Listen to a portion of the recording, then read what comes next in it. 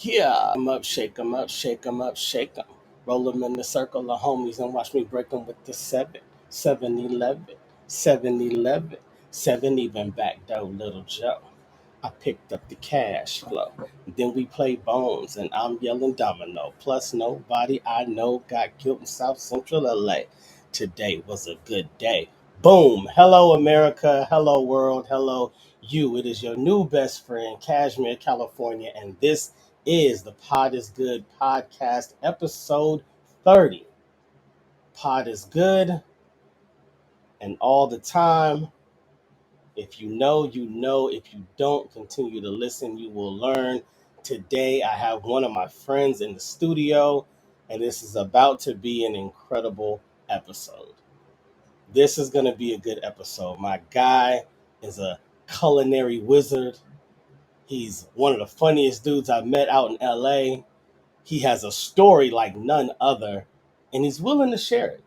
You got to appreciate that. You got to appreciate someone taking their personal life and sharing it with the public in hopes of possibly motivating, inspiring, or helping somebody else along with their journey as they share their own. So you got to appreciate that. All right, y'all ready? Let's go.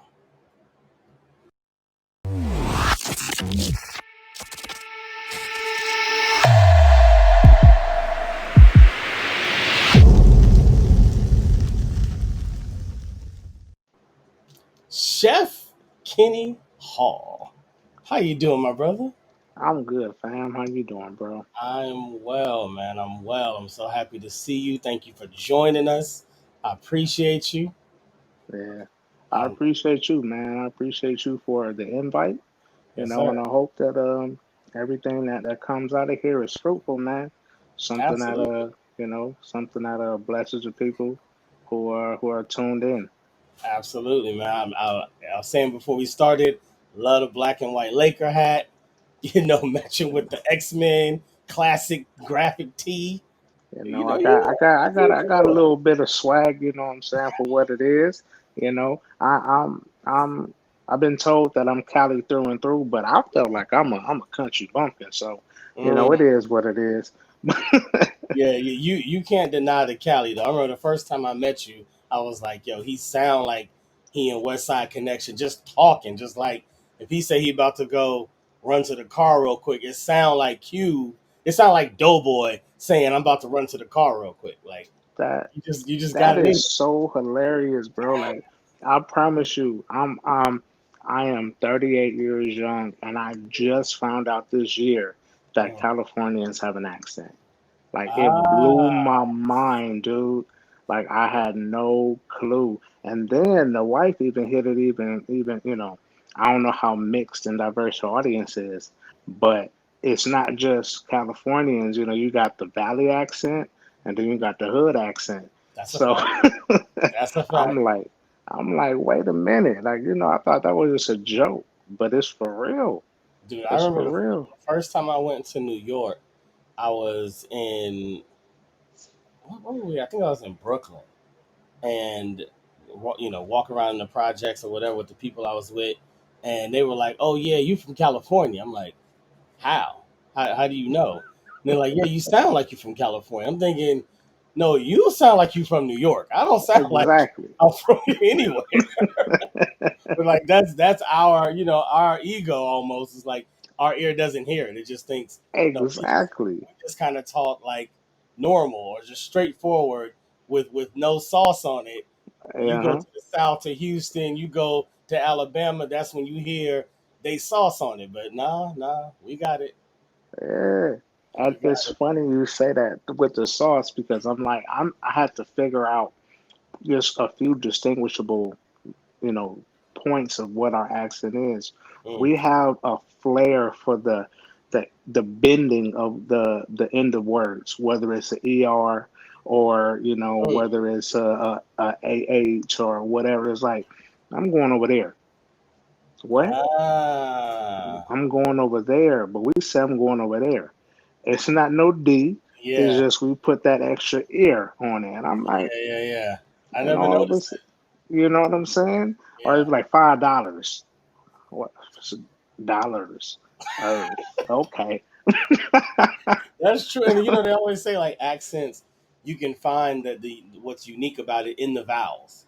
Yeah, That's usually where it exactly. happens. But I guess what you're Yeah, saying is also right that you could find it in the softening or hardening of the consonants as well. exactly. Yeah. Exactly. And that's something that I've been just kind of messing with when I watch TV, Hmm. or when I listen to music. I'll be like, You can even find out what part of California people are from, like from the Bay. Like when you listen to Ephesi, Yeah. they have a really tight consonant sound. Like everything is real rigid. They don't put a lot of drag on their words. But then when you go down south to San Diego and even Compton, like we slur a lot of words and we drag a lot of things out. And I'm like, I'm seeing, like you said, like that sauce. Yeah, Yeah.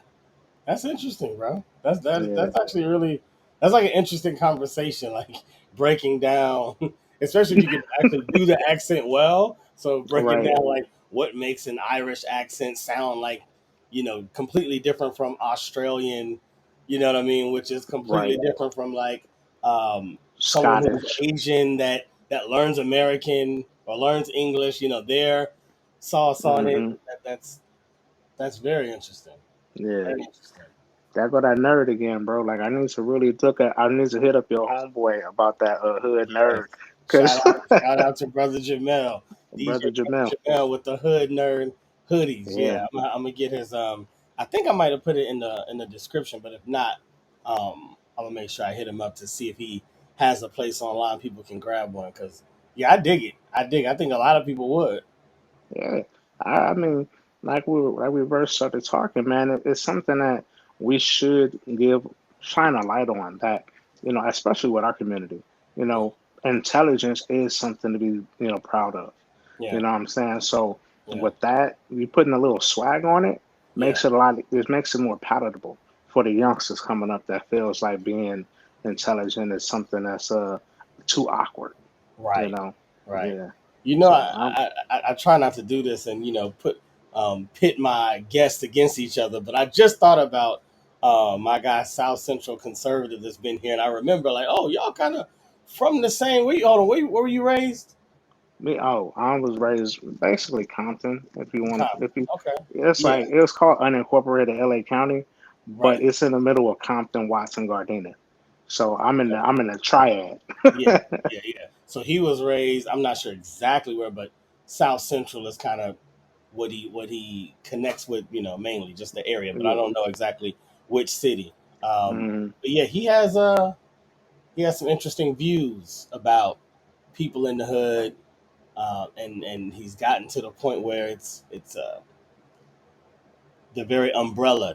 You know what I mean? His viewpoints are very all of them are a certain way, Hmm. and so I would Yeah. love, especially with some things he said in the last episode, I would love to have him on line with an intelligent brother from Compton, and you guys have that conversation. I might put that together.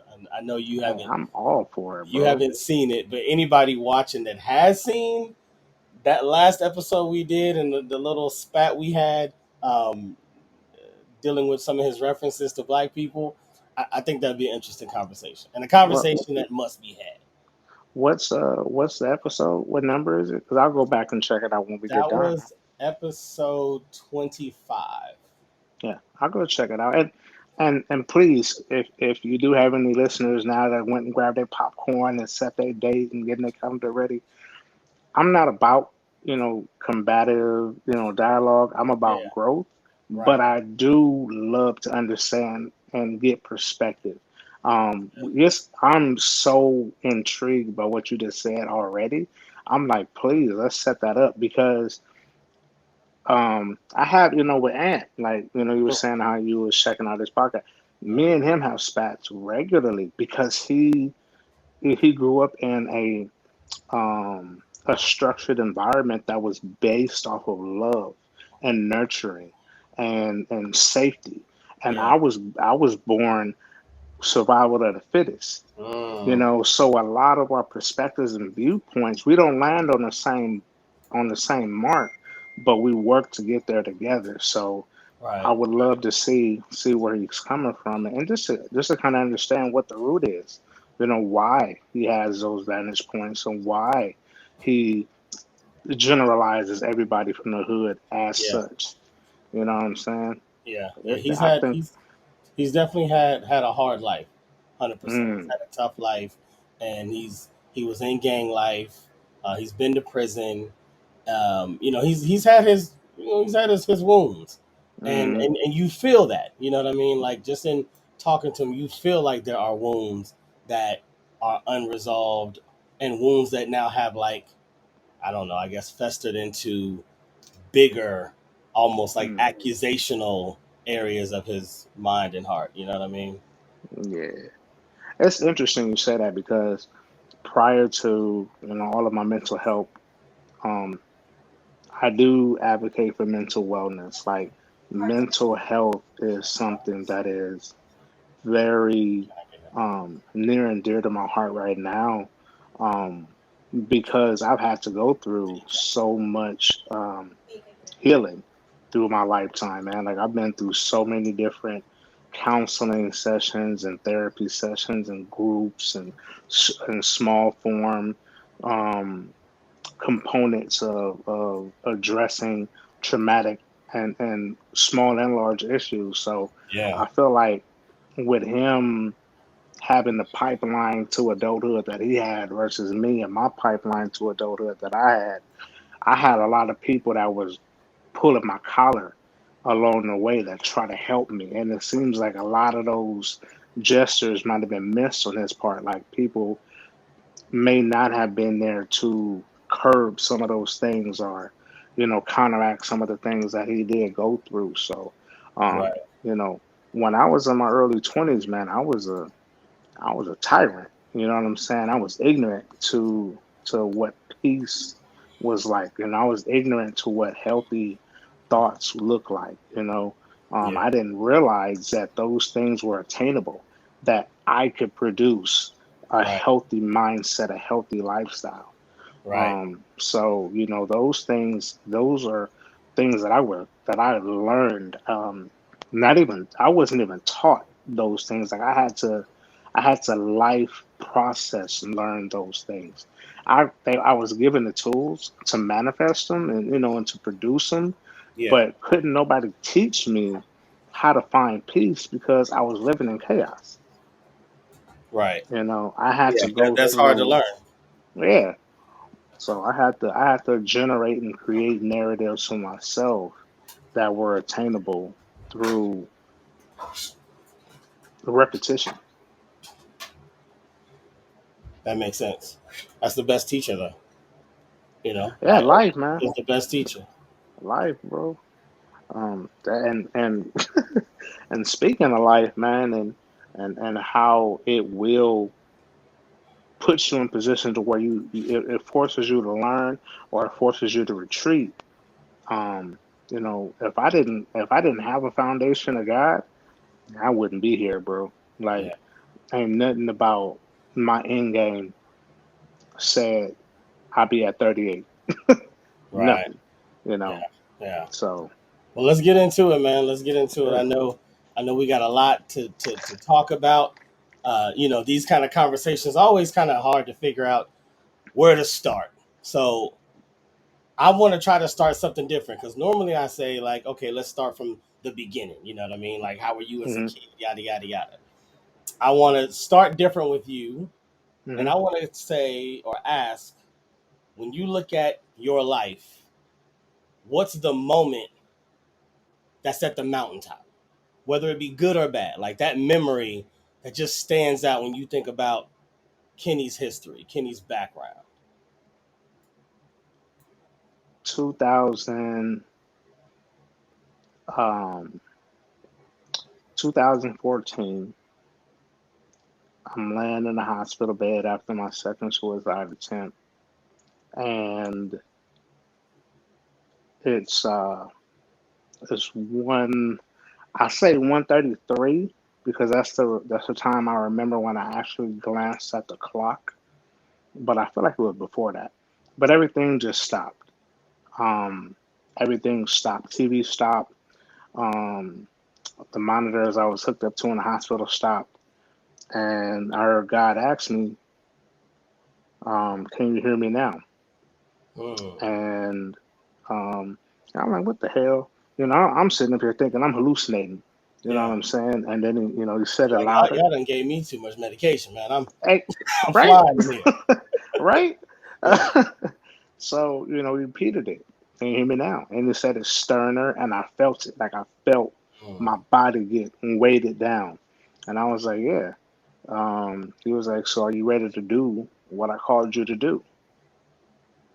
And my initial response was like, "Nah, I'm not about that." And he said it again, and the caveat was, "Are you ready to do what I called you to do? Are you ready to go?" Mm. And the the question of if I'm ready to go shook me because I wasn't. I was Mm. just tired. I was just tired of everything. Yeah. Why that suicide attempt came. My father, had just passed. I ended up. I'll go into that, but I found him in his car. You know what I'm saying? And Damn. it was just a real, real tragic moment. But that's the mountaintop. That's the peak Wow. of where I am today. Is God petitioning me to walk with Him versus to walk in my chaos. And when I actually said, "Yeah, I'm willing to do it," um, that next morning, the doctors came in and informed me and my wife, or at that time she was my fiance. They can't figure out why or how, but everything is normal. All my vitals are normal. All of the organs that were shutting down, they're back normal. Um, you know what I'm saying? My internal bleeding stopped. Like Wow. everything. Like it was just overnight, just instantly, everything was back to normal, and it was just like, all right, this is my journey. So for the past, soon to be 11 years, I mean, soon to be 10 years, I've just been on a mission to do everything I can to let everybody know that where they're at now is not where they'll end up. Mm. And so this happens at around 28. Yeah. Around 28. And so why are you there? What got you in the hospital? So at that point, um, you know, I had just got out of a really toxic relationship a few years prior, Mhm. and I ended up meeting my fiance at that time during my healing process, and um, that January, um, I proposed to her, and I was like, "All right, she's gonna be my wife." She said yes, and a week after, man, a week after I proposed to her, my dad had called me and was like, "Hey, son, I passed out at work, but Mm. I'm okay. They need you to come and get me to take me home." Mm. So, we at this time I'm living in Orange County, and my father he's working in Long Beach. So, I'll go and get him and pick him up from work, and we're talking and we're trying to figure out what happened. And he was like, "Man, I just, I don't know what happened. I just passed out and fell. I didn't hit my head or nothing. I just was having one of them nights." Mm. So, we took him home, and I, made sure he was situated and everything like that. And he was like, "If I end up going to work tomorrow, I'll let you know." So he called me the next day, and he was like, "Yo, I'm on my way to work, just letting you know." And then about a half hour after that, he called me, let me know. He was like, "Yo, I don't feel good. I'm gonna pull over. I'm gonna be at the 99-cent store that was around. It's around the corner from where he stayed." He was like, "Yeah, I'm gonna just pull over in this parking lot, and if you can just come and get me and take me back home." So, like I said, I'm in Orange County, and that's about 35-minute drive Right. to where he's at. Right. So when I get there, um, he's already passed away in the car. So I pull up and I hear the music playing, and he looks like he's asleep. And I'm like, hey, bro, man, just why you playing? Let's go. And I touch him and he don't move. And then I shake him a little bit and realize he ain't, he not responding. So I yank him out the car, start doing CPR, and he was already checked out. And when they let us know what ended up happening, he had massive heart failure. Oh man, So yeah, um, so man. we had no clue I'm so that sorry about that. anything was going on. Yeah, it's all good. I That's appreciate that's the that's a condolence. tough moment. That's a Yeah, tough and moment. the irony in that is that day, I was taking the family out. Like I said, we celebrating the new engagement, and we out just having a good day. Me, the wife, and our baby. Um, and what was so traumatizing about that, which I struggled with my whole life, was control. The fact that I had no control over that situation. We didn't know he was going to be, deceased when we pulled up. Yeah. So our baby was in the back seat of the car looking at everything that's going on, and she's Oh, freaking out.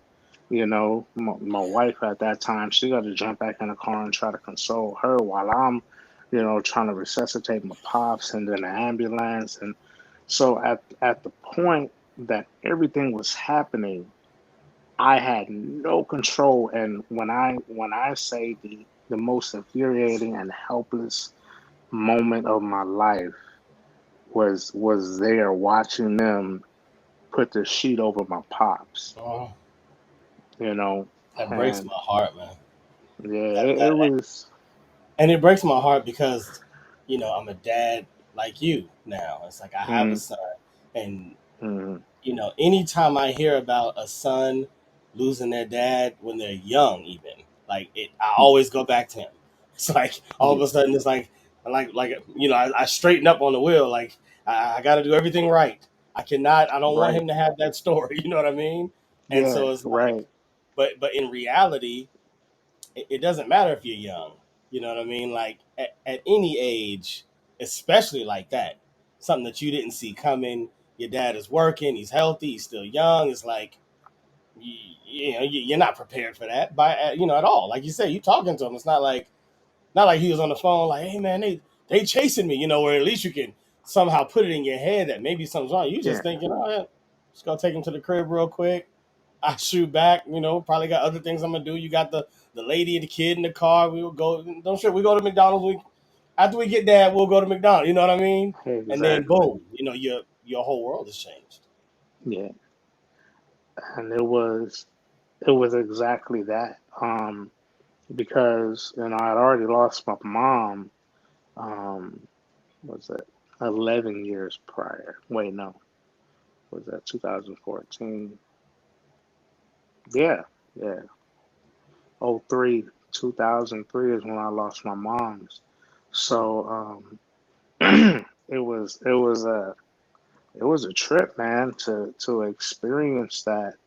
Um, because at that point, like I said, I wasn't where I am today. I was still separating myself from the hood life. You know what I'm saying? Being a thug and all of that.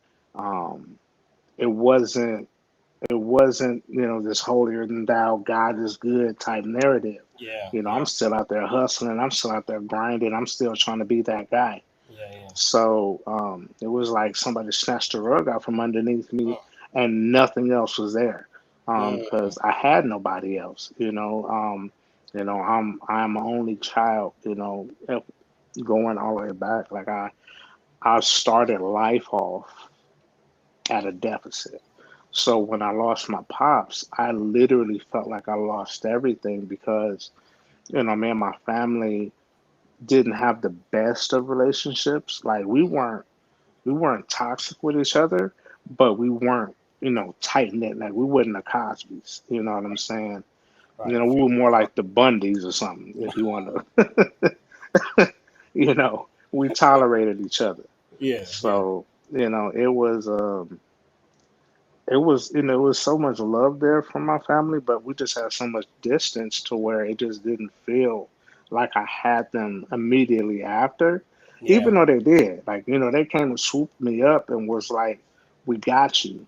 Mm. But, because of that relationship dynamic, Yeah. I just felt so empty Yeah. and so alone. Yeah. It was just words at the time, Yeah, like words from familiar faces, but exactly. it didn't have what you needed. And Yeah. so, not that maybe even you knew what you needed. You know what I mean? It's like, who does? So you are in that moment, and what is the time frame of that to this moment in the hospital? So, let's see. When Pops passed, I was a sous chef at a retirement home at that point in time. I was still, the culinary field, and I was the sous chef to the executive chef, and I was kind of on autopilot, and I let them know like, yo, I need some time, man. My pops just passed away, and I'm the only child. There's nobody else to do, take care of the arrangements. Right. So they were cool with everything initially, and after they gave me a week, and I was like, cool. I thought I would be able to get everything done. Yeah. I let them know like, yo, I need a little more time because things ain't falling in order the way I thought they would. So they was like, all right, cool. And then and the this is week two after him passing away. I received a severance letter Hmm. letting me know that they're releasing me, and they give their Jeez. condolences and this, that, and the third. And I'm like, hold up. Wow. um, I just told you, what I'm going Wow. through, and so I get my separation letter. So that Dang. was another weight because, like I said, I'm recently engaged. I'm trying to do the whole, Yeah. provider Baby. thing, right? So I'm like, all right. Later on that week is when the financial aspect of everything started taking a toll. These policies ain't coming through with the speed that we need them to come through to take care of the funeral arrangements and all of this, Yeah. that, and Yeah. so um, we get to um, the funeral, and I'm navigating. I'm just floating through life. This is 3 weeks later. When we get to the funeral, Yeah. um, I have we have the funeral. We go through everything. We put him in the. He's in a crypt with my mom, and when they put that slab on that crypt with my mom, I kind of lost it. Like I went numb. I didn't have any more connection to reality, and I had no sense of direction. Mm. So I tried to be as human as possible and Mm. continue to navigate life and engage with my family, but it was just like a shell of myself. And Yeah. then them voices kicked in, and I started because I had, like I said, this is my second suicide attempt. My first one failed because um, I, I did it the same way, but I did it more strategically. The first one failed because I took a whole bunch of pills and I got caught, and I got my stomach pumped. So I didn't even, it wasn't even, I didn't even have a Yeah. chance for it to work. Yeah. This time around, I did it slowly and I did it methodically. Yeah. And every day I took a substantial amount of pills that will cause myself to slowly slip away. Well, the unfortunate thing about it is my life force refused to let me go. The My fortunate. my You did you know say what I'm saying? fortunate, right? And Fortunate. as now is fortunate. Now it's fortunate. Now. Okay. That's we're gonna And speak. We're gonna speak then that way. Fortunate. right. Yeah. Fortunately, speaking from this point, grateful through grateful to God. Yeah. Um, that thing, that spiritual arresting of me Mm. was like, nah, you ain't gonna, no matter what you try to do, we ain't Yeah. gonna let that happen. Yeah. So it was literally a month after my pops passed that I ended up causing my internal organs and internal bleeding. My internal organs are shut down and start having internal bleeding. So I was hemorrhaging from the inside, and to give you perspective of what happened. That Monday, I started violently vomiting blood and passing blood through the rectum. Um, Mm. and that week, I lost 20 pounds just from expelling Sheesh. all of my Yeah. everything. Yeah. Um, so the wife, she kept running me to the ER, and they kept sending me home. They were like, "Oh, he's just dehydrated. He's just dehydrated." So they sent me home twice, and the third time, What hospital is this? it was actually UCI out in Orange County. UCI? Yeah, Shame on UCI. yeah, it was Shame. I crazy. mean, I get it. You were doing it methodically. It probably was hard to see. Obviously, you're not really like telling them. No, You're not at not. all. You're not being forthcoming about what's really going on. But man, Yeah, you dealing with this, they just sending you home like, ah, yeah. you just get a bottle of Dasani, you be all right. It was crazy because they like I I was so intent on checking out. Like I have because of life, I have this insatiable desire to control everything, like I said. So I would not use the restroom when I was there, and I would not vomit. So they couldn't see the blood, leaving my body. I would just hold it, I would just sit there and be, and just perspiring profusely, just Pain, in just pain, right? And they'll be like, "We don't wow. know what's wrong with them." They drew blood, and they were this, that, and the other, and they couldn't figure out anything. And the third time, my wife was like, "Look, I already looked it up. If you send him home again, and he dies, it's on your hands." So they admitted Mm. me, and they just started Go ahead, running, wife. right? They just started Go running, ahead, wife. A good thing. right? A See, man who findeth the wife findeth a good I thing. promise you, she saved my life. And I told her that when we first got together, you know what I'm saying? I told her, you're the reason I'm still here, not because of the suicide attempt, but because when I met her, she was no nonsense. She was like, she wasn't feeling the thug and feeling all of that. So it was like, do I want a wife? I don't want these streets. Yeah, You know what I'm yeah. saying? So I Choose. immediately, right? I immediately At some started point, you gotta choose. I immediately started looking at my life in a different way because of her. And yet again, she came through in a clutch. And that was, like I That's said, it was a awesome. month after. So January, no, February, I think it was February 11th is when I checked into the hospital, right before Valentine's Day. You was trying to leave on Black History Month. Shame on you, I man. know, right? Shame It on you. was so, I was checked out. Cass, like You I checked out. I said, get bro. it. If anybody listening is like, that's what you pick out, not about his wife or his kid. I mean, that's obvious.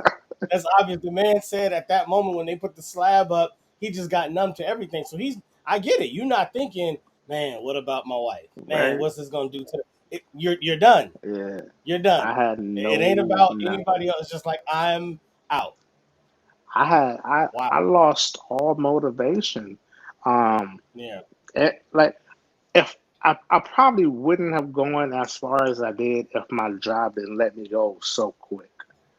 I had intention to just continue to just be numb through life. Because I understood the responsibility of my wife. My new fiance. At that time she was 4. She was 4-year old. I knew the role that I had to play. But man, like as a man, when you can't provide, you just Yeah. kind of it's like it chips away at that ego, and you just lose a little bit more of yourself. So I was just like, bro, I ain't got nothing. I can't produce no funds legally. I can't, I can't Right. do Yeah. everything Yeah. that my intentions was set on. So I was like, man, I ain't got nothing left. Mom's gone, pop's gone, all my grandparents is gone. I only got at that point in time I had, three uncles and two aunts left between both sides of my family. You know what I'm saying? Wow. Like death, Wow. death had been riddling me, and I was just like, Yeah. bruh, throw my hands up. I'm like, Like you win. You win. yeah, right, You win, life. You win. yeah. So, to someone like myself and maybe other people listening, to hear someone describe this space that you were in, right? It it would come across like there were lows already that led up to this. Like maybe you weren't somehow in the best Mm, place, and then this happened because it feels like maybe you could have rebounded a little easier. But like you said, you feeling like yo, life is just it's winning. So 11 years before that, mom's gone, yeah. right? Prior to mom going, how's life? Like, are you still in the streets during those times? Are there issues between you and mom and dad? Or you left the house? Like, what is that time like? So right before mom's passed, I was still running the streets, still, gang affiliated. You know what I'm saying? I was still doing everything in my power to be that guy. I was I don't know. I haven't listened to the podcast, so I don't know the temperature of vernacular and everything like that. So I don't Oh, know. you good? Say what you got to say. Okay, so I This was is I was that this nigga. is the new truth social. Okay, This is the new truth social. respect. So I was that nigga in the hood. You know what I'm saying? Got you. When I Got you. was when I was moving, people knew who I was, and I'll just leave it at Mm, that. So yeah. life wasn't necessarily bad, but life wasn't good. And what I mean by that was, me and mom's had a strained relationship. Um, I'm a mama's boy, you know what I'm saying, and it's a weird relationship. I don't know. I'll try to go as fast as I can to make it to tie everything together and make it make sense. Okay. Um, Life started out pretty crappy. Um, when I was a junior in high school, I got with a female that she didn't approve of. She was like, "Nah, we Mm, ain't about that. She's not healthy for you. This, that, and the third." Me, I'm just like, listen, I'm doing my life. I'm living my life. Um, yeah. when um, how can I put it? She in 1999 um, had a blood transfusion that caused her to contract HIV. It was right when the HIV AIDS epidemic was kind of like touching the world, like where, it was after Easy E and all of that stuff, but it was when it Yeah. became not just a needle disease. It was like, you get AIDS Yeah. through sex and all of that. So it was booming. And come to find out, somebody who wasn't tested donated, blood, um, and she Mm, got the tainted transfusion blood. So mm, that's how she ended up contracting HIV. And they hid it from me because they knew I was Looney Tunes. So her life took a traumatic shift. Like she got hella sick. She was able to yeah. live through it and manage it, but she wasn't my mom's no more. Now she wasn't the moms that I knew prior to that. Yeah. Side Yeah. side note, um, moms dealt with what would be the best? Um, the best way to put the clinical diagnosis of it would be um,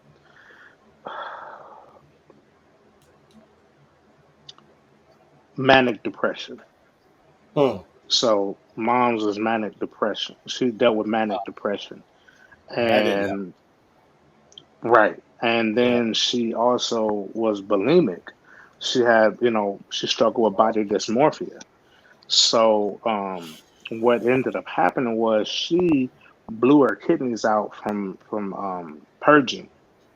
Yeah, is that the right word? When, you just you force yourself to vomit.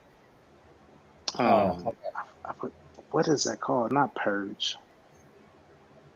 I can't remember the term that they use, but she would do that.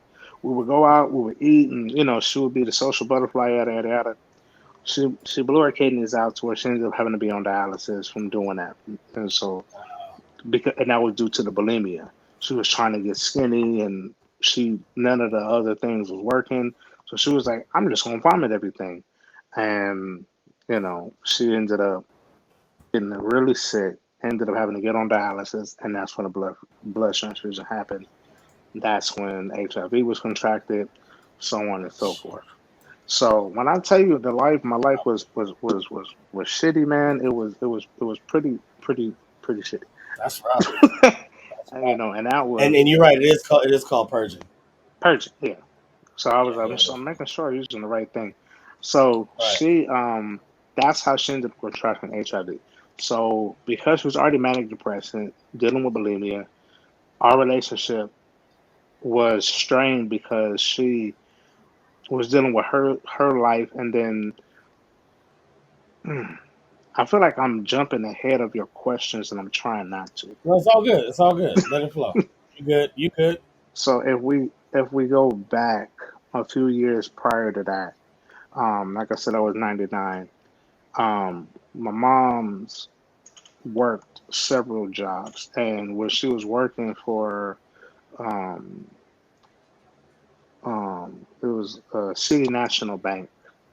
She was working her way up the ladder, and she had a cool friend, and at the age of 7, that friend decided to start molesting me. So from the age of 7 to 10, I was molested regularly by the friend. It was a female. And I expressed, moms, this friend of yours is doing this. No, she's not. I don't even, why would you even say that? That, she would never do anything like that. She had 2 kids of her own. She was like, why would she do that to you when she got babies the same age as you and wham. So in my mind, I'm like, okay, so I'm crazy. This is really not happening then. So I must be imagining this. Right. And, Because of course you're gonna believe mom. right. Especially you're a mama's boy. You still young. It's like okay, well, I'm beyond guess it's cool. impressionable, man. And I'm influenced by her love, what I thought was her Yeah. love. Um, Yeah. and she convinced me that I didn't know what the hell I was talking about. So that Sheesh. went on for 3 years, and it stopped because my dad noticed me changing. So Hmm. he prided out of me. That friendship ended up becoming very strained, and eventually it was severed between my mom's and her because of my dad. My dad, basically saved my childhood in essence with that. Yeah. So that is why I say me and mom's relationship dynamic was strained because she she never knew how to properly address that for the rest of her life on this world in this world with me. So everything was always a push pull with her. So when she ended up contracting the HIV, she became even more distant from me. And I'm like, I want to love you, mom. Like I want to be, I want to be with you. And she had no clue how to navigate that. So Yeah. mom's ends up um, getting sick, and she ends up going to the doctor, and the doctor gives her some Benadryl, medically, not the over the counter Benadryl, like the Hmm. prescription Yeah. based Benadryl. Bad allergic reaction, blows up like a balloon. Um, Oh, yeah, like horrible. oh man. Like she blew up like a balloon. Um, and they end up doing everything they can to kind of release the swelling. So when the swelling ended up, when the swelling began to subside, her skin began to crack all over her body, and she Oh, ended up having lesions all over her body, which ended up becoming infected with septic. So she ended up contracting sepsis, goes into so, septic shock, and we have to rush her to the hospital, and she goes into a coma. So this is at the age of 17 that all of this is happening with moms. So yeah. I'm a senior in high school. Mom's goes into the hospital with a coma, and I'm like, all right, what the hell? So she goes into the hospital February of 2003. They let us know that ain't nothing she could do, nothing they can do. She was basically brain dead. And I'm like, the hell out of here with that. She makes a turn, Oh and wow. all right, she makes a turn and she comes out of the coma. So they're like, cool. We're just gonna nurse her, this, that, and the third. We're gonna monitor her. They put her on a feeding tube and everything like that. And then March 1st, they were like, okay, cool, we're gonna remove the feeding tube and this, that, and the other. My dad is happy because my dad's birthday is March 5th. So she ends Mm. up making it to his birthday. They having a great, birthday together, and she's coherent. Nice. And then March 7th, '03, she just checks out. And they don't know, they don't know why she came out of the coma. They don't know why, her body did what it did to where she was starting to heal and recover. Um, but that March 7th that night, um, she just kept telling me, go home, baby, go home and get some rest. 'Cause I was up at the hospital, every day. Like I slept up there. And she was like, go home, I'm all right, I'm good, I'm gonna be here with your dad and other. So I fought it the whole night. I didn't leave until, 3 o'clock that morning. I remember it vividly. I drive home. Shouldn't have been doing that, but it is what it is. I'm 17, doing my own thing. So I get home and I go to sleep, and my dad, I wake up, I'm getting dressed to go to the hospital, get back up there, and when I open the door, my dad's walking up the porch, just like a ghost. And I see my aunt come out, like she's coming out of her car, and I'm like, what the hell? Like, where's your car at? You know what I'm saying? And he don't say nothing. Yeah, he say nothing. And then my aunt tells me what happened, and she told my dad that she was tired and was ready to go, and she checked out that night. So And this is the beginning of your senior year in high school. yeah. Well, the second, the like the my culmination of my senior year. Okay. This was I'm getting ready to graduate. You know what I'm Oh yeah, saying? because it's March. Yeah, yeah, yeah, yeah. So uh, Wow. at that point, I'm like, I got 3 months left of school. What the hell I'm supposed to do? Yeah. Um, I ended up finishing and everything, but my guidance counselor was really supportive and did everything she could to make sure that I had, the comfortable last couple of years. I mean, last couple of months. Um, it was rough for the cats at school though. All of that anger Yeah. I came out. Yeah. Yeah. And you had to So find somewhere or someone to take it out on. yeah. So it was rough, man. And that started that portion of my violent life. Yeah. I felt again that control that I speak of.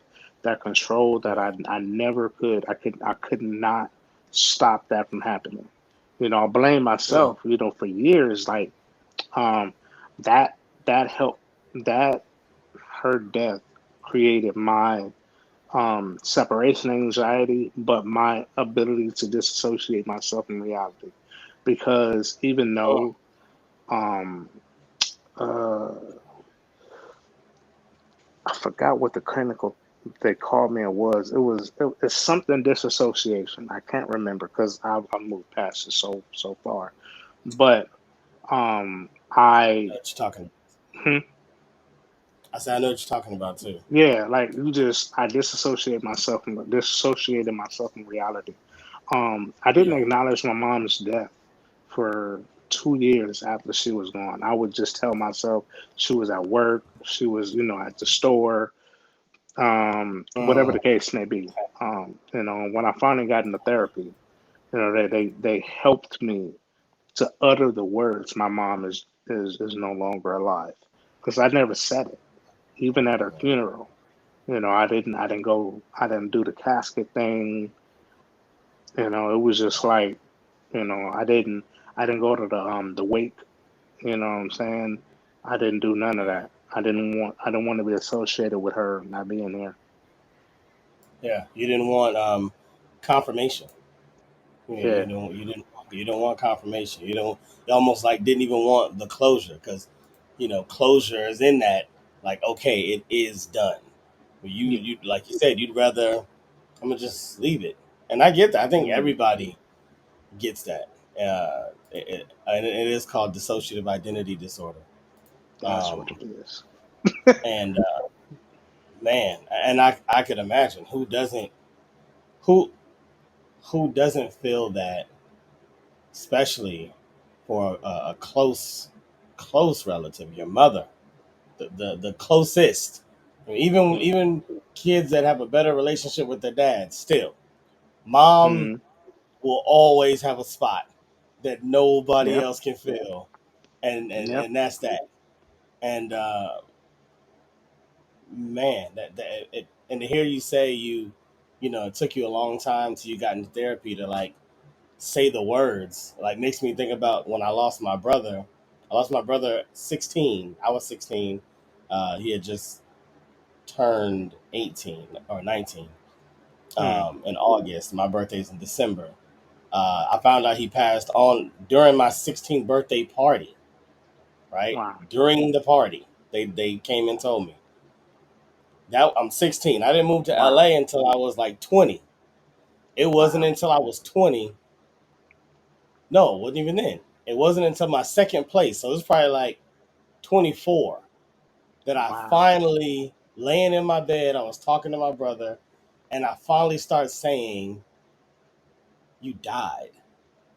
wow, You died." And I remember it to this day because I remember just laying there in my bed in the middle of the day crying and saying it. Like I just kept saying it, kept saying it, kept saying it. And it felt weird to keep saying it, but it felt like I have to say this. You know what I mean? right, right, I have to get over this. yeah, And so to yeah, know you were pretty much in the same thing. yeah. I can completely relate to that. I I had to acknowledge my frustration with it, my denial of it, and my acknowledgement that it wouldn't change in that singular moment. And it was by far the most crippling thing I've ever had to deal with prior to my father. Um, Yeah. it was because I'm a kid. Like, I was 17 when it happened. I'm 19 when I'm addressing it, and I'm supposed to be able to manage everything that comes along with it. I'm not even an adult yet, bro. Like, by standard, I'm a year past 18, but that's not no adult. I still have teen attached to my ears, so Yeah, you yeah. know, it was hard to Wow, to do that. Um, wow. That's wow, yeah, wow. That's painful. That's and painful, bro. a lot of it, the denial of it was because I had, like you said, in the moment of everything happening, I had no closure on anything. Like, we never addressed anything prior to that. The biggest thing was the molestation aspect of it, but my mom didn't know how to express love, so her way of motivation was tearing me down to prove her wrong. You're never going to accomplish that. You're never going to be good enough at this. You're never going to be, you know, you're never going to achieve this, or, you're never going to accomplish that. That's Yeah, how she would motivate me to do things. And in the moment, I'm like, man, F you. You know what I'm saying? I'm going to prove you. yeah, But the yeah. further, the older I got and the more I cherished and started looking at the dynamic of a relationship, I'm like, bruh, I don't want to prove my mama wrong. My mama's supposed to be right. Right. Like, she's supposed to Yeah, be the goal. Like, you're the mark that I'm trying to absolutely. reach. Not the bump or the mountain I'm trying to overcome. So, Right, right. um, I ended up dealing with the fear of success. This is something that I was privy to with learning through my counseling and my therapy. Um, I associated success with failure, because of how my mom structured success. I had Mm, to, when I'm successful, I'm proving her wrong, which means that she's a failure in what she attempted. And then now I got this again that I dissociative dissociative identity syndrome going on, where one part of me wants to be great, and then the other part of me is like, don't make your mom look like a fool. So I'm yeah, constantly pushing and pulling whenever I'm going through life, or prior to now, whenever I was going through life with completion. I would get to yeah. the threshold of a victory, and I stop because mom's just standing there, and it's like I got to mush her in the face to win. And I'm like, nah, bro, I can't do that. Wow. It's complex, man. It was a lot. Yeah, It was a lot. that's a history, bro. That I know out of all of that has to lead to such an appreciation for life now, such an awakening and like this abundant love and zest for every moment to have gone through such pivotal moments, such painful moments, and to still be here, to still be able to tell your story. I know there has to be like, the as they say, like the flowers are a little sweeter, the sky's a little brighter, the birds chirping is a little louder. Yeah, Has to it, be. it, it is. It is because, um, when my life from, you know, started out marked with death. I had a brother and a sister before me who who only lived a few hours of life after birth. Um, Mm, and I was stillborn when I came into this world. They had to have an emergency C-section and resuscitate me. Um, mm, so now, after all of, being shot, being stabbed, I was shot in the leg, shot in the head, stabbed, um, all through, gang violence and everything like that, multiple suicide attempts, and then seeing what God was able to do through all of that. Like you said, when I wake up every day, the gratitude I have for that is incomparable. I can't put it into words, even though I try, um, yeah. because my faith walk with the Most High is a reflection of His ability to find worth in me. Because if he didn't, I wouldn't have that next breath. So Yeah. I appreciate every breath, every little nuance of life that we take for granted. You know Yeah. what I'm saying? Like with everything that I've been through, like I've fought so hard to be where I am today.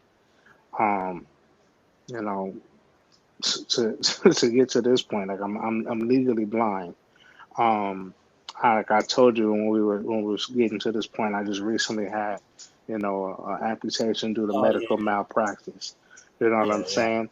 I get up not every single day. I've had to scale back, but because of my, I don't want to put too much trauma and damage on my foot. But I was getting up in my rehabilitation and getting up and walking a mile a day. After Mm, my amputation, just to push. You know, they yeah. told me I'll never be able to run again. I can run a football field now. You know what I'm saying? And You it's a fighter, man. and that's how I've You been. a fighter. I have no other Yeah. You way. been a fighter from the beginning. That's my point.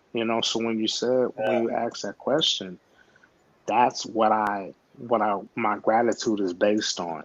Um, I had to learn how to not see things through the lens of trauma, but triumph. Yeah. You know what I'm saying? Yeah. That's where these things have grown and developed and flourished from its infancy to now. You know, Mm, when I had that juvenile mindset, always see things through that traumatized lens.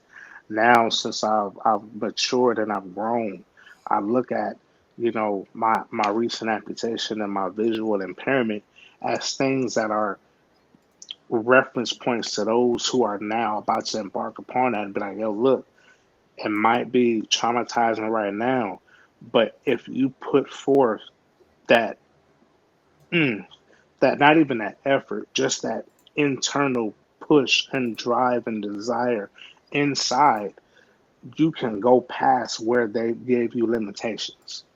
You right. don't you don't have to be that limitation that they put on you. Yeah. That Because part. when I lost my sight, like I can see you now on this little bitty screen. It ain't the clearest, but I can see Right. you, right?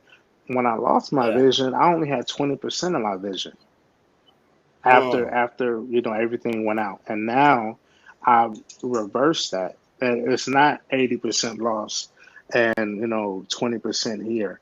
I'm almost back to 80% vision and only 20% lost. You know what I'm saying? I may only got nine toes, but I'm standing nine toes down, as they say, on what I believe to be true. And that's God is my foundation, and He's what I can lean on and what I know to be my sustaining and sovereign source through life. So, everything, when I'm able to look up and see the clouds pushing through the sky.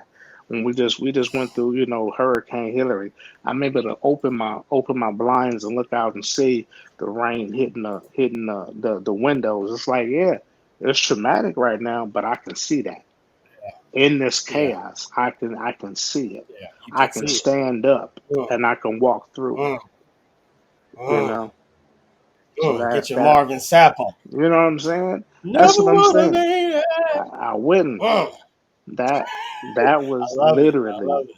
that was my anthem after my Wow. mom passed, bro. Like I had Mm. to when I was going through all of my therapy and my counseling sessions, I had to remember who was always there, and it was him.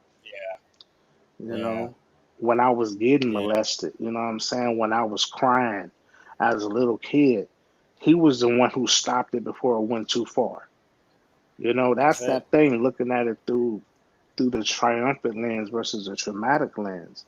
When I got That's it. shot in the head, you know what I'm saying? He was the reason the bullet didn't go through my skull and just skipped across it. I'm Yeah. bleeding and I'm leaking, but I ain't got a bullet lodged in my brain. You That's know what right. I'm saying? So That's right. it's all about perspective, man, and that's That's where all. I've become more. for lack of a better term, more sufficient in my way of thinking is looking at things through that triumphant lens. Even right now, like sitting right here today on having this conversation, it's like I can look at it as the victim, or I can Mm. look at it as the victor. Yeah, You know what I'm yeah. saying? And Um, you definitely are that. I mean, you've taken some great losses.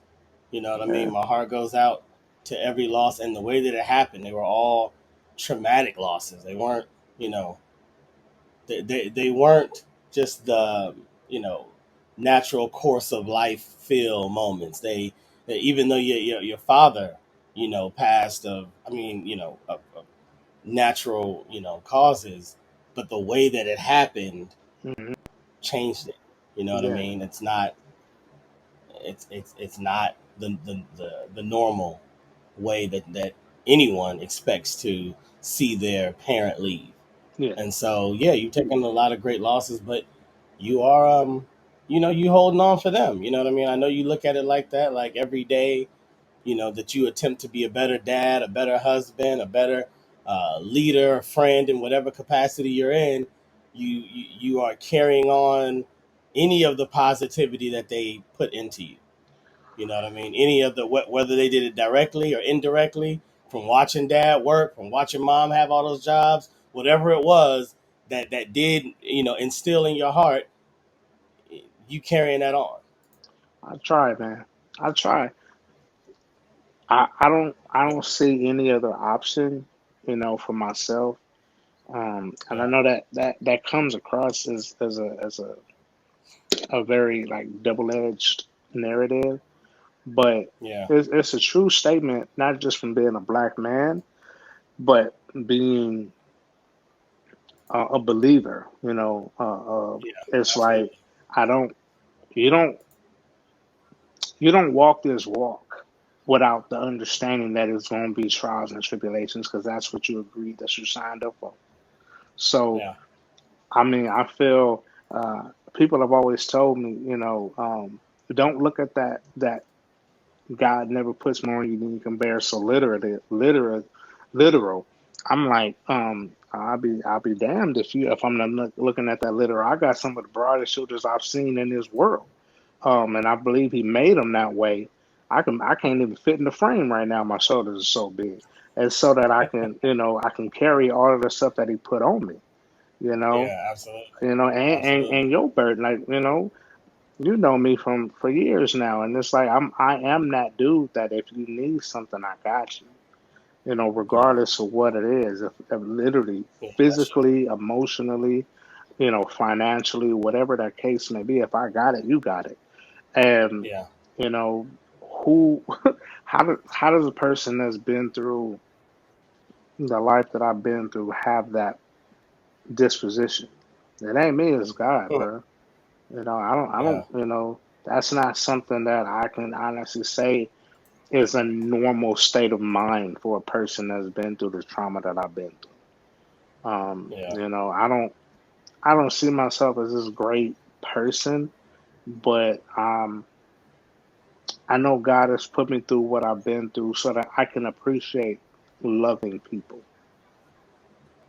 You Hmm. know, I can Yeah. appreciate relationships. Um, I am, I am what the I don't know if it's clinical, but I'm enmeshed, and that's just somebody like I'm an empath. Yeah. My heart and my spirit is connected to those around me, and Yeah. Yeah. I don't I don't take that lightly. And I didn't know when I was coming up that was a trigger for me, why I had so many of the roller coaster outlooks on life and perspectives I had on life. I didn't understand why I was so hypersensitive to certain things and certain situations. It's just because He's made me to be the person that people lean on and utilize as a beacon of hope. Um, Hmm. you know, and I think I was on, I can't remember what birthday it was, but I remember that 32nd birthday. I remember having to acknowledge and accept the fact that my life isn't meant for me. My life is meant for those around me. Mm, And it it was it was so freeing for that's me. big. It That's was big. right. I mean, it was freeing as hell for me because at that point I was able to stop looking at the duality of my life, the bad that always seemed to come with the good, as it being Uh-huh. bad. I looked Yeah. at it as good things happening in the real world. Yeah. You know what I'm saying? Yeah. So Yeah. reality, Yeah. a lot of people, have these blessings. Well, I don't even say blessings. I'm just gonna talk about the world. A lot of times, those moments in life that are just like, oh, euphoric, are they're always accompanied by something negative. You just don't see it. You're not engaged with it. You're not touched by it. But that wasn't my life because I'm so emotionally vulnerable. Whenever I had a good moment, it was always tethered to something that was tragic. Every birthday I've had, every holiday that I've gone through, is always something that is a mimic of my enjoyment and my pain. But Yeah. at Yeah. age 32, and I remember vividly at being 32 because I was like, when I turned 33, that's my Jesus year. That's my year Mm, that things is gonna change. And God set that up for me that way because that was literally the year when I got really focused on my walk, and producing quality life and being a beacon of hope instead of just being the vibrant life of the party, being a yeah. loud, bubbly teddy bear dude that come in the room. It was Yeah. I'm Yeah. My intention was to change lives.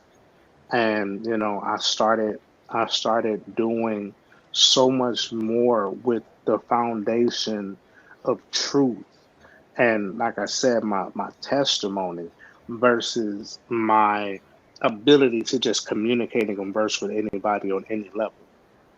Yeah. Yeah. That makes Because sense. a lot of people they can talk and have so many empty words. And my intention was to, every time I engage or interact with somebody, you left changed. You left feeling better than you did before you met me. Hmm. So time for the victory lap. So then you Okay. go to Le Cordon Bleu. Le Cordon Bleu. What takes you from where you were at to Le Cordon Bleu? Were you always cooking? Were you always chefing it up? And it finally came out. Was it just this new inspiration? What got you there? Nah, my whole life, man, I was right. Like I said, I feel like I'm a country bumpkin. I was raised with my mom and dad was always working multiple jobs. So when I got out of school, I ended up with one of my grandparents. So they always taught me how to be self-sufficient and cook, do the little basic things. But like a kid, you pay, if you admire something, you pay attention to it. So I learned how to cook from my grandparents, and I learned how to be efficient in the kitchen through that.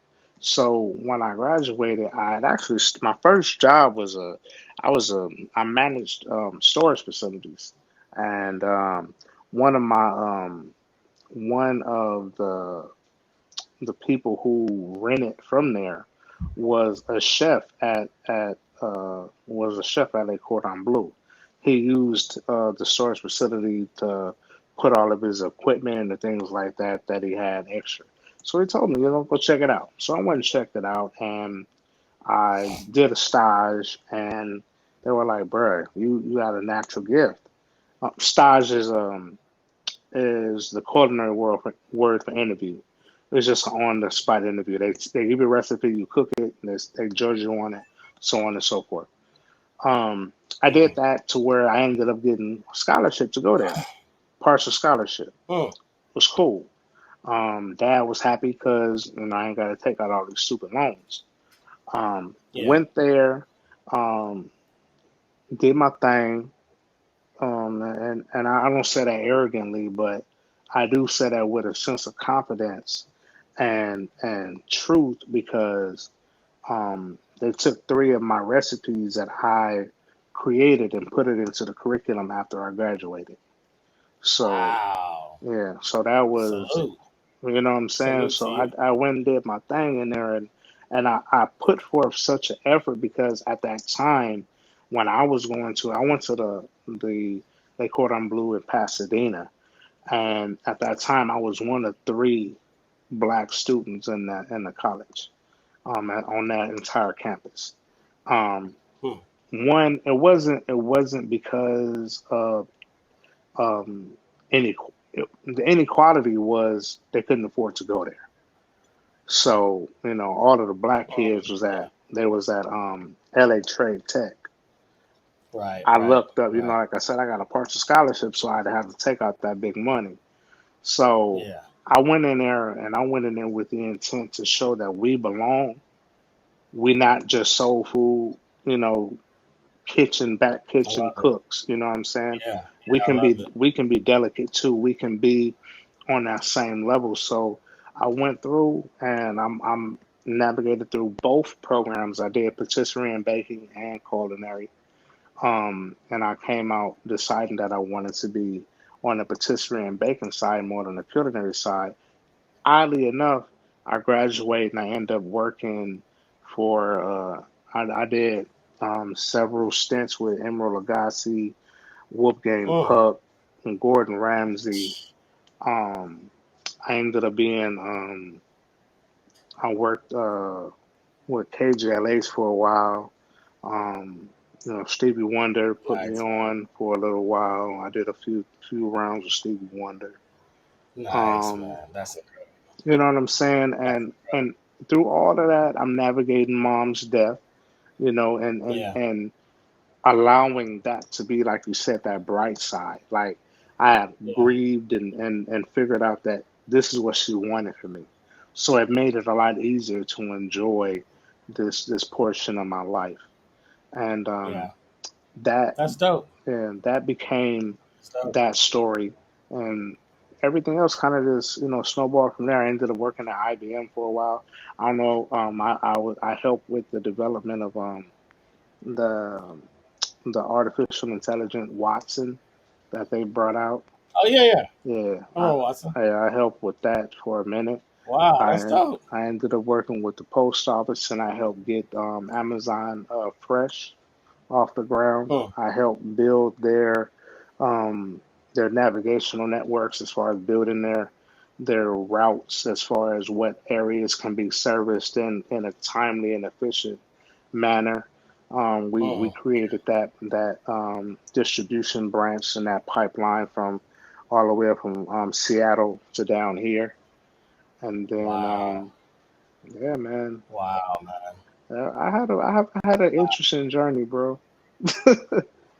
Right. I almost feel like I was gonna go further into it, but I almost feel like I need to bring you back so then we can deal with the culinary side. And I only say that because you've given such a dense emotional story from all of your background Mhm. that it's already a lot to take in for a great episode. Yeah, I'm gonna keep it real with gotta let that breathe, man. It's too much. you. Let Like, that breathe. Oh my goodness. yeah, Oh my goodness. A story of triumph like none other. Triumph through trauma. Wow. yeah, Bro, I know a lot about you, but I definitely didn't know all that. So this was actually very eye opening for me as well. I now understand your heart even more. I understand this loving side, this generosity that you have even more, and it all makes sense. It all makes sense. all glory be to God, man. Like, Yeah, I don't take no credit for it, man. Um, yeah, I'll be so transparent right now. Like, there's so much that I left out. Like mm, the pain, the violence, everything that really pinpoints what I meant by that duality of life.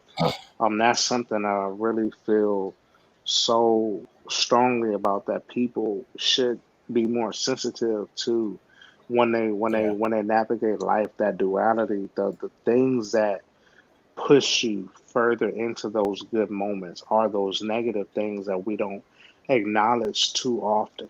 You know what I'm saying? yeah, Those are those realistic moments. That's why I said I don't really do good and bad no more. I deal with yeah, success and reality, yeah, because, yeah.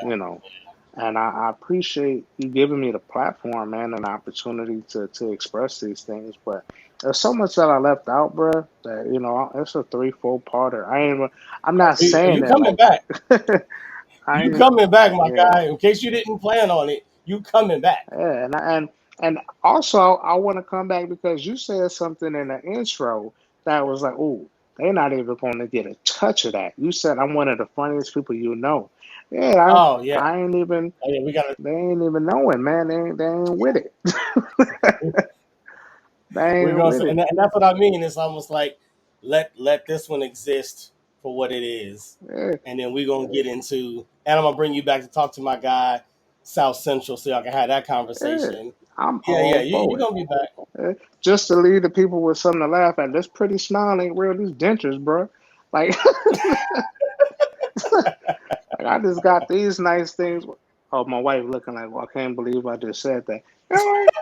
I told you I'm as real as they come, fam. Like There you I go. got two front teeth. That's it. You remember that? That's on all I want for Christmas is my two Here's my front. two front That's teeth. it, bro. I got them. That's it. Yeah. All right. With that being said, bro, the way we ended out, I say pod is good. You say all the time. I'll say all the time. You say pod is good. You got me? Got you All right. Pod is good, all the time. and all the time. Pod is good. Ladies and gentlemen, that has been my guy, bro. I appreciate you. Yeah, Thank you. Thank you. Thank you. I will see you next time, man. for sure. All up, Cash. For sure. Blessings. All right, ladies and gentlemen, that is it. That concludes episode 30 of the Pod is Good podcast. What did I tell you? What did I tell you? Trauma, triumph, a heartfelt. I know some of y'all cried. You probably was sad, then you was happy, you was smiling. That's a story. That is an American tale like none other. And I will bring my guy back because there's so much more to my man Kenny, and we'll get into it. I just didn't want to give y'all like a 4 hour episode. So take that chunk, take it home, digest it, and we'll see y'all on the next one. My name is Cashmere, California. This is the Pod is Good podcast. Pod is good and all the time. Hopefully, you learned by now. I will catch y'all on the next one. Peace.